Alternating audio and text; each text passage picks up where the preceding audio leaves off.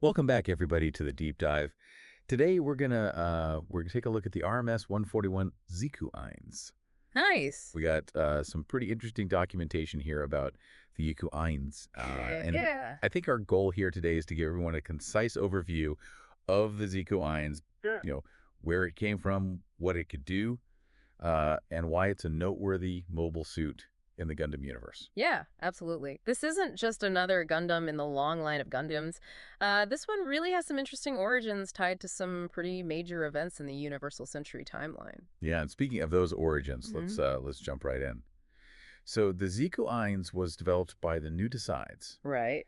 Now, this is where things start to get a little interesting because they were based out of Pizun, Oh, yeah. which, for listeners who don't know, that's the former Xeon asteroid base. Yeah, and it's not just like a random asteroid base. I mean, this base has some history. It's got a lot of history. Yeah, like think about it. This is like a prime piece of real estate in space, right? Yeah. It was first controlled by Xeon, obviously a major power. Then after the One-Year War, the Earth Federation takes over, and then later it becomes a base for the Titans Instructor Corps. So you've got this like constant tug of war over this asteroid base. Yeah, it's a very strategically important location. Exactly. And it really highlights, I think, the power struggles that define the Gundam universe. Absolutely. And so it's here at Pizun, after the Titans are defeated in UC-0088, Right, that the Instructor Corps essentially becomes the new Decides. right. And they get to work developing the Xeku Eins. Hmm.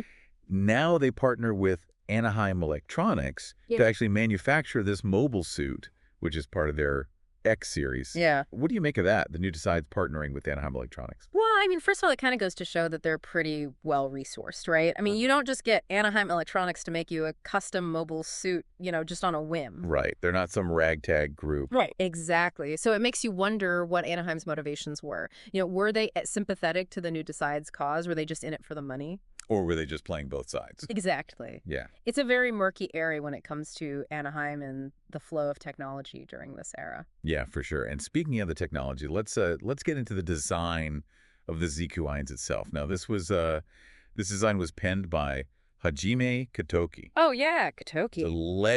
legend among Gundam fans. He's responsible for some of the most iconic mobile suit designs out there. Yeah, And the Xeku Eins, it appears in both Gundam Sentinel and later in Moon Gundam, Yep. which I think really speaks to kind of the lasting impact of the design. definitely. So it's described as a general-purpose, mass-produced mobile suit.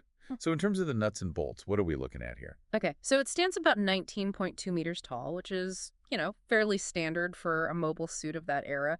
Weighs in at around 37 tons dry weight, and it's got that Gundarium alloy composite armor, so it's got some pretty good protection. Yeah, so pretty tough, pretty standard for the time. Yeah, and its sensor range is nothing to sneeze at either. Yeah. 18,000 meters, that's, gives you a decent amount of awareness in combat.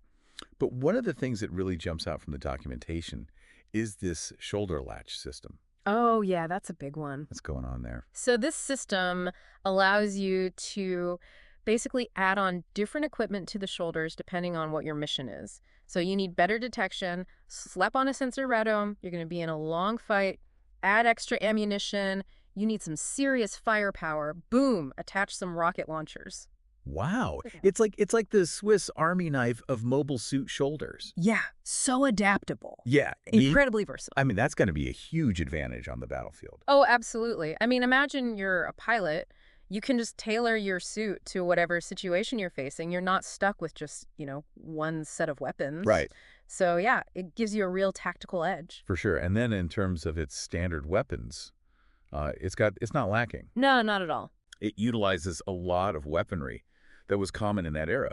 So we see Sturmfaust, like the Kampfer used, clay bazookas similar to the Rick-Dias, beam rifles, kind of like what you'd see on a Barzam. I mean, that's a lot of firepower.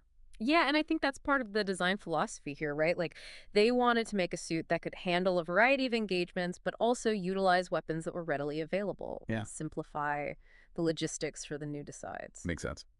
Yeah, and on top of all that, it's got the classic beam sabers for close combat. It's got shoulder shields for defense, and then it's got those 3-tube missile pods.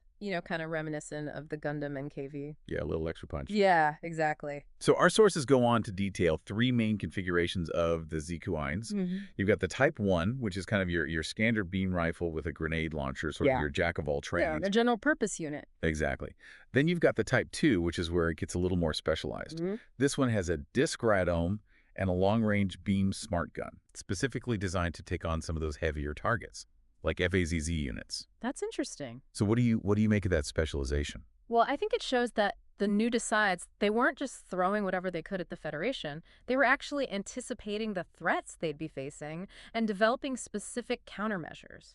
Okay. Like that focus on long-range assault capabilities with the Type 2, it suggests a desire to engage the Federation forces on their terms at a distance. Smart. Maybe even before closing to melee range, where the Yeah. Federation might have had an advantage. Yeah, picking your battles. Exactly. And then there's the Type 3, which just goes all in on firepower. Ah, yes, the heavy hitter. This is the one with that huge 120 millimeter machine gun with a shoulder-mounted drum.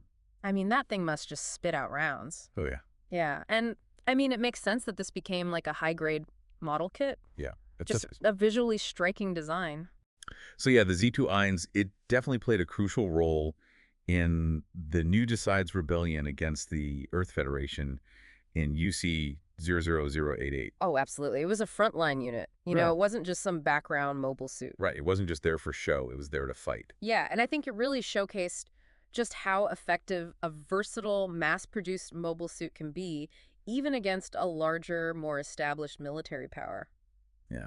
So to kind of wrap things up here, the key takeaways for me are the Xeku Ions came from that historically significant Pizun asteroid base. Right? It's got that incredibly flexible design thanks to the shoulder latch system. Super adaptable. Yeah, exactly. And then we see it deployed in a bunch of different roles during the new Decides conflict. Really interesting stuff. Yeah, it's a great example of how, strategic location and innovative design can come together to create a truly significant mobile suit in the Gundam universe. And here's something I think for everyone to kind of ponder. I was thinking about how the control and reuse of these strategically vital locations like Pizun, it's almost like it directly influences the outbreak of conflict, right? Like whoever holds Pizun, they have a huge advantage. Yeah. But then it also kind of influences the development of new technologies like the Xeku Eins. Because if you have control of that base and those resources, you can really push the envelope in terms of what you're developing. Right. So it's almost like this feedback loop. Yeah, that's a really interesting point. It kind of makes you think about how, even in space, geography still matters. Yeah, it does. And it can be a driver of innovation, especially during times of war and upheaval. Well put, well put. And on that note, I think that wraps up our deep dive into the RMS-141 Xeku Eins. Join us next time for another look beneath the surface.